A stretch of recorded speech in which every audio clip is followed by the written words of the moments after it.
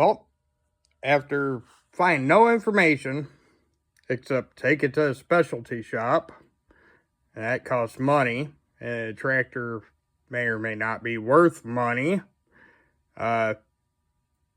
Anyways, long story short, injector pump won't shoot out the injector nozzles at all. It'll kind of slosh, but that's it. Took it apart yesterday during review. I think I put 2 screws in the wrong spot. So, I'll tell you a video of how it comes apart. Save somebody else headache. I'll tell you this much. You do not need a shop press or anything pressed out. If it doesn't come readily, would tap it back and forth to free it up. Mainly what's back here. It's also down here. It just means that there's a pin down in the primary pump or low pressure pump that is still in place, and you want to take that. Anyways, this is a Bosch VA3 off a 1986 case 485. Has the D179 engine. The same pump, as far as I know, with different, stroke, I'm sure, for injection amount, is for the D159 on the 385. But, like I said, got your 3 for a 3-cylinder. Went ahead and replaced all these because first couple times I tore in this, it was still on the tractor. And so I got the rust and clay out of it. But to get to the front side, you have to actually, sorry on my finger, you have to actually take it off because you have to take the part goes in the gear housing. Got to pull that out. So, hand phone off to a kid. You'll either see a pump come apart or you'll see the kid's finger for the next 20 minutes. Went through and loosened everything up. Like I said, already took it apart and reassembled it yesterday. So, everybody's results will vary. And I guess I forgot to grab my baggie for these. But, that's alright. I don't know how I edit crap. So, we're just going to throw them in a tub. Ain't that important. Try to keep match set. These little blow-throughs. Keep those together, but otherwise everything's the same. You have it in focus, like zoom did whatever needs to be. People don't want to see me. I ain't that pretty. They probably turned on mute by now because they don't want to hear me either, but that's whatever. As fair since I can't get any information on this. Yeah. Oh, results may vary by parts and pieces that may or may not have already been taken off yours. Thing's 40 years old almost. Come tomorrow. Anyways, got New Year's Eve day here. So, 2025. So, we're test apart. Go like that. Anyways. Yeah. All this. Hex heads, a lot easier to deal with than the flat heads that came on it. Had to grind off, cut off, file off.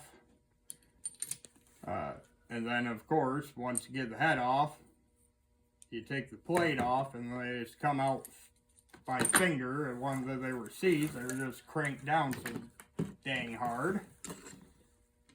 But yeah. Got a spring back here, so you just kind of take it even sides or it's, binds up. Thought about putting hex head, just little 6mm. 6mm threads on pretty much everything that's small like this. Yeah, there we go. assembly. Alright, okay. Focus in on...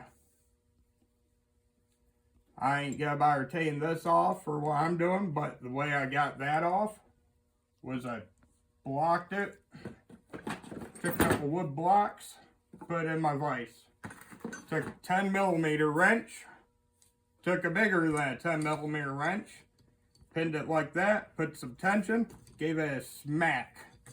It's got a rubber washer that's gonna make it hard after it turns, so you just have to keep cranking it for the first, 2-3 turns, and then it'll just come out by finger. That's where it's gonna gunk up first. So somebody will need to know that. Currently, or what I did find on this, it was an issue. People didn't know how to get that off. They weren't sure that it's threaded. Well, you check it and find out. Check parts diagrams, what you can find, and yeah, go from there. Make sure these are loose. I got one more plate get off, because if you try to take this pump off without taking this plate off and the little plugs here, you will break the pins. I broke one, I think, because one's all I found when I took the whole thing apart. I broke two and it fell off. But point being, take these little throttle and shut off control plugs off before you pull these out, before you back that pump all the way out.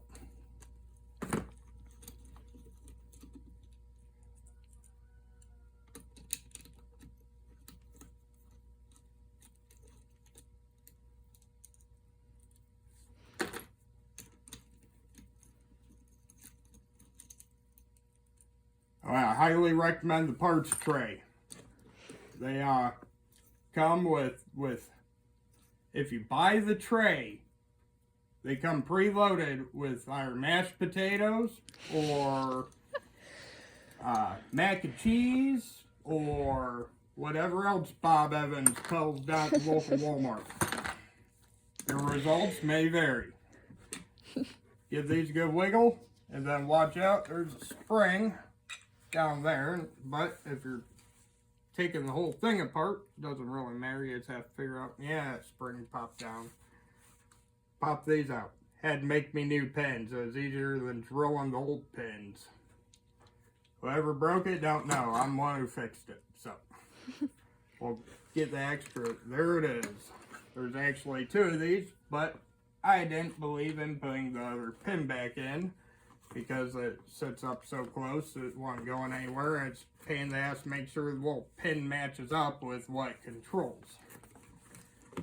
So, ease of convenience, I'd try it, and worst thing, I'd take that part out, drain the diesel out of there again, and put the spring in if I had issues with it. But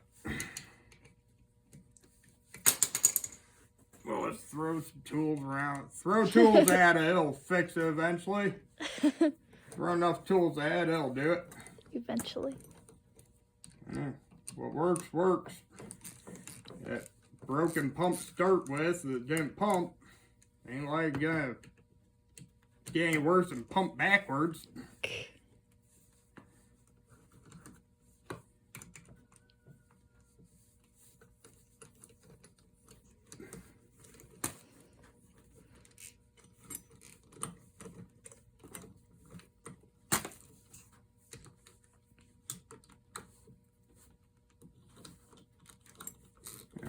Just remember, if you replace these with 6mm hex heads, use something like a 8.8 or so grade to be on the safe side, but also don't crank it. Only tighten them as if you were tightening up a flathead screw. That's about the reason why they use flathead screws, so you don't over torque this stuff down. It uses rubber gasket O-rings to make the seal. You don't actually need to crank the housing body in and strip anything.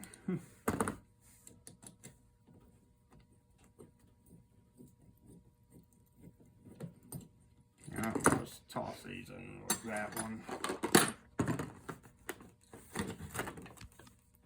Because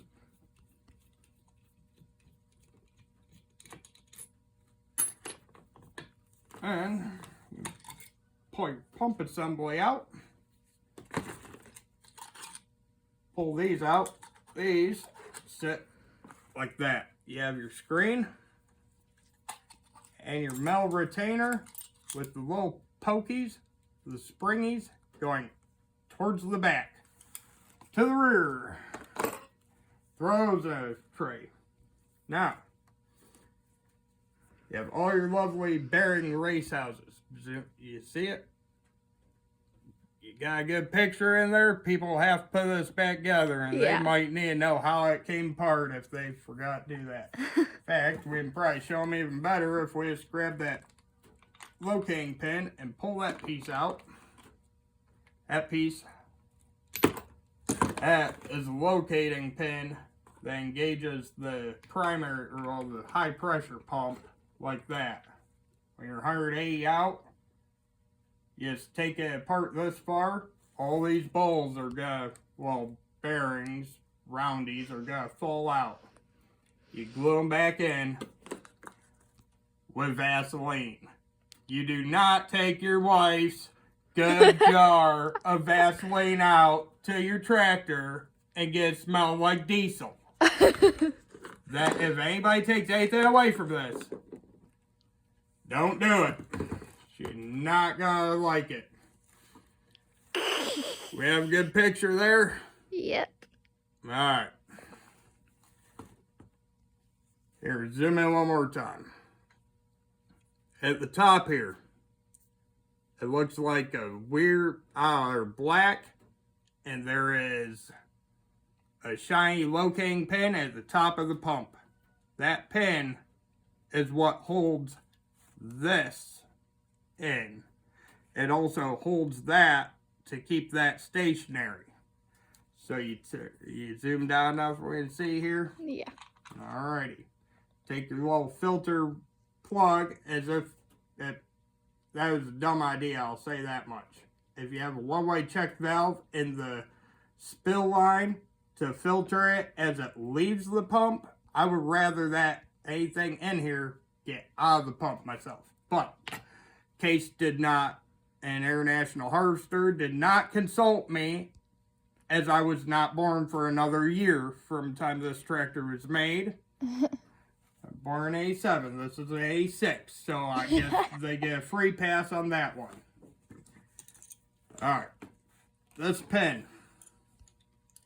You come down here with a little hooky tool, and you finagle the retainer out. There is a pin under the retainer, and it goes flying. We'll find that later when we reassemble. There's a retaining pin. You tip it up. There's your little four-way for that. There is your locating pin for the locating pin. Throw that down there. Alright. Now, we can, let's see, which piece we want. We reach in here and start dropping this pin down.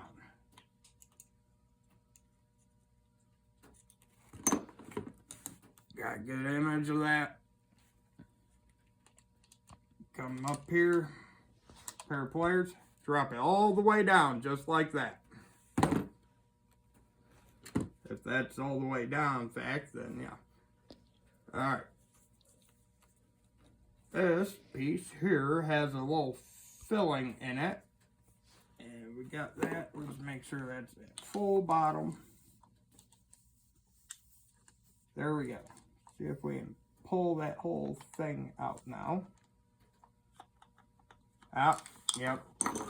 I looked at a screw. Lost retaining pin to the bing. Forgot you have to take your timing screw out.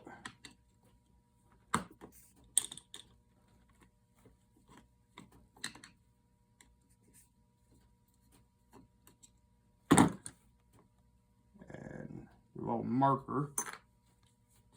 Has a washer, little tiny brass, or whoever knows, didn't check it with a magnet, but it looks brassy like. There's your little roller bead. Oh, you have a washer and 2 bearing races in there. So washer, and yeah, those poke out. I didn't know no one used assembly lube, so it would stick itself in there. Proper thing to do. Anyways, your little roller pin, small roller, big roller, washer, has a little bit of cuppage to it. And I always put the washer towards the outside because I figure there's not much chance with centrifugal force, even though it sits stationary. Not much chance that outer can go down towards center. Anywho, let's grab another lovely storage tray here and throw the pins in there. Roller pennies. Reach back in here, grab that center post, slide this out, throw that in there. Put this piece in first. Then assemble your roller pins. Use a pair of long nose, nail nose pliers, and set those in one at a time. A lot easier doing. Using gravity and not how I did it the first 2 times on the tractor, gluing them in because the diesel dilutes your Vaseline. Anyways, your whole assembly pops out from the little drive shaft on the front. Pop that down, and this is where you're gonna have most of your problems at, which is your low pressure pump. Spins on a shaft, plate stays stationary. These are supposed to come outward from centrifugal force to vary how much pressure you get, and it's all played by your front little piece that's gonna take out with a 10mm leverage wrench. Anywho, those 2 screws right there are supposed to go through that plate as well. It is a pain in the ass to get it located. If anybody cares to see, this pops out. Yeah, probably best use a popping block, or just tap lightly, and it will push out through the back, in which case you have this that sits parallel, that your locating pin with the locating pin through it is then located into this, into that, and that pulls out, and you got a clear bore there. You have the access port up top that I guess wasn't really used with a screen return. And that's how that comes apart. Anywho, remember, number at the bottom, hole at the top. A lot of the issues you're going to find is this is a bleed. It bleeds back to here.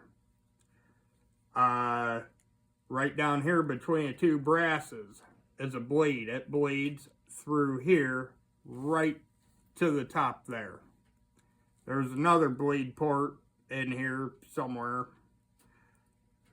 All there bleeds back to here from the front and the back, front and back, vice versa, whatever. And yeah. There's one of your bleed holes there. There's a bleed hole over here.